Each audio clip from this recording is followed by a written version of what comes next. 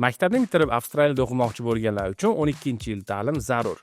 Bu ikki xil yo'l bilan qoplanadi: foundation yoki diploma. Foundation bu umumiy ta'lim, diploma esa aniq sohaga yo'naltirilgan va foundationdan qimmatroq dasturdir. Har ikkisining ham o'ziga yarasha afzalliklari bor. Ana endi bakalavr bitiruvchilar uchun esa 2 yillik magistratura programmasi juda urfga aylangan. Chunki 2 yil o'qishni tamomlab, yana qo'shimcha 2 yillik ishchi viza berilishi eng katta plus tomonlardan biridir. Hozir esa yana bir magistratura talabasiga aylangan Azizbek haqida gaplashamiz. Assalomu alaykum, ismim Azizbek, yoshim 22 da va hozirda Central Queensland Universiteti talabasiman. 2026-yil mart oyidan boshlab o'qishimni Master of Business Management yo'nalishida boshlayman. Rivojlangan davlatlar orasida aynan Avstraliyani tanlashimga 3 ta omil sabab bo'ldi.